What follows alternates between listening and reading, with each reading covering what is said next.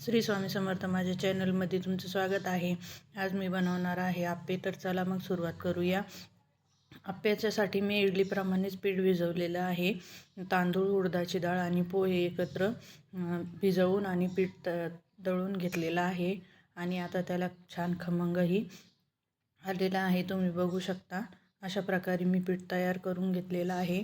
आता याच्यामध्ये मी 2 ते 3 हिरव्या मिरच्या बारीक कापलेल्या, कोथिंबीर, टमाटर आणि बारीक चिरलेला कांदा टाकून घेणार आहे आणि हे सर्व साहित्य मी एकत्र मिक्स करून त्या पिठामध्ये व्यवस्थित मिक्स करून घेणार आहे। तर चला मग आता हे साहित्य आपण याच्यामध्ये टाकून घेऊया।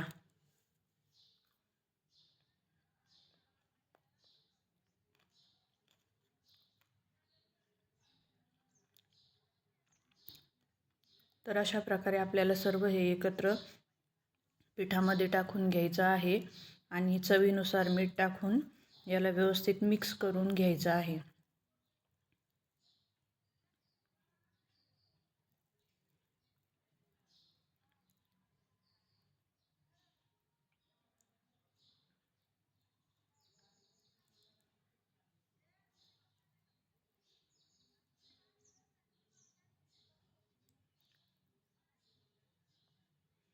तर आता मी हे सर्व याच्यामध्ये टाकून घेतलेलं आहे आणि आता याच्यामध्ये मी थोडेसे मीठ टाकून याला व्यवस्थित मिक्स करून घेणार आहे।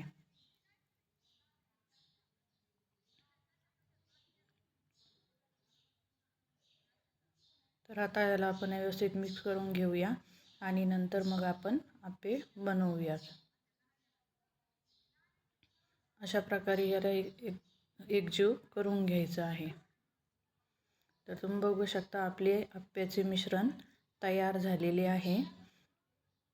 आता मी आप्पे पात्र तव्यावर गरम करायला ठेवले होते आणि त्याच्यामध्ये मी थोडंसं तेल टाकून घेतलेलं आहे। तुम्ही बघू शकता याच्यामध्ये मी तेल टाकून घेतलेलं आहे आणि आता याच्यामध्ये मी आपलं जे मिश्रण आहे ते टाकणार आहे। तर अशा प्रकारे आपल्याला प्रत्येक कप्प्यामध्ये व्यवस्थित मिश्रण टाकून घ्यायचं आहे।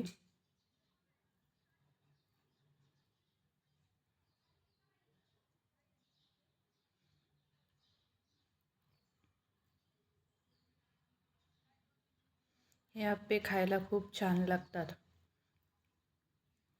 तर अशा प्रकारे आपल्याला आता याच्यामध्ये मिश्रण टाकून घ्यायचं आहे। जवळजवळ आताच टाकून झालेलंच आहे। मिश्रण टाकून झाल्यानंतर आपल्याला याला 5 मिनिटं लो फ्लेमवर झाकून ठेवायचं आहे। तर मी आता 5 मिनिटं लो फ्लेमवर झाकून ठेवलेलं आहे। आता तुम्ही बघू शकता आपली एक साईडने आप्पे तयार झालेले आहे। तर अशा प्रकारे आपल्याला याला आता चमच्याच्या साहाय्याने पलटी करायची आहे, म्हणजे दुसऱ्या बाजूनेही आपले आप्पे व्यवस्थित तयार होतील। तर अशा प्रकारे आपल्याला सर्व आप्पे दुसऱ्या साईडने पलटून घ्यायचे आहेत आणि पुन्हा एकदा आपल्याला 1-2 मिनिटं याच्यावर झाकण ठेवायचं आहे।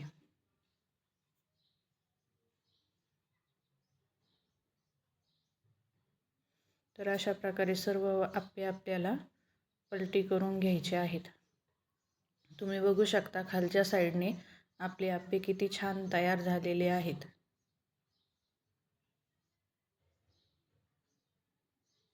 अशा प्रकारे चमच्याच्या साहाय्याने आपल्याला त्यांना पलटी करून घ्यायची आहे।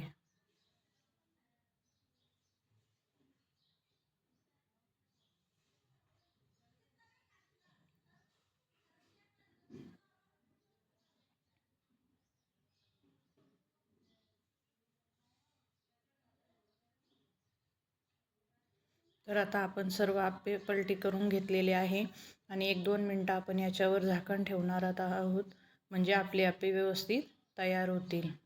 गॅस आपल्याला लो फ्लेमवरच ठेवायचा आहे। तर तुम्ही बघू शकता आपले आप्पे किती छान तयार झालेले आहेत।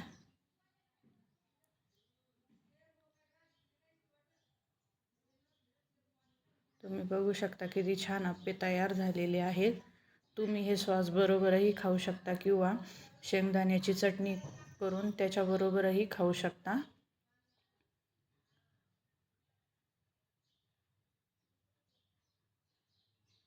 तर अशा प्रकारे आपले आप्पे तयार झालेले आहे.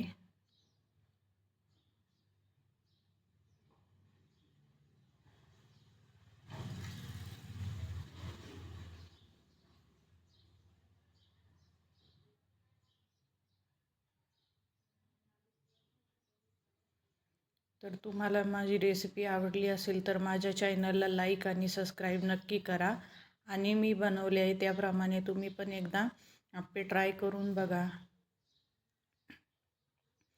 किती छान झाले आहेत बघा, नरम आणि मुलायम सॉफ्ट असे आपले आप्पे तयार झालेले आहे.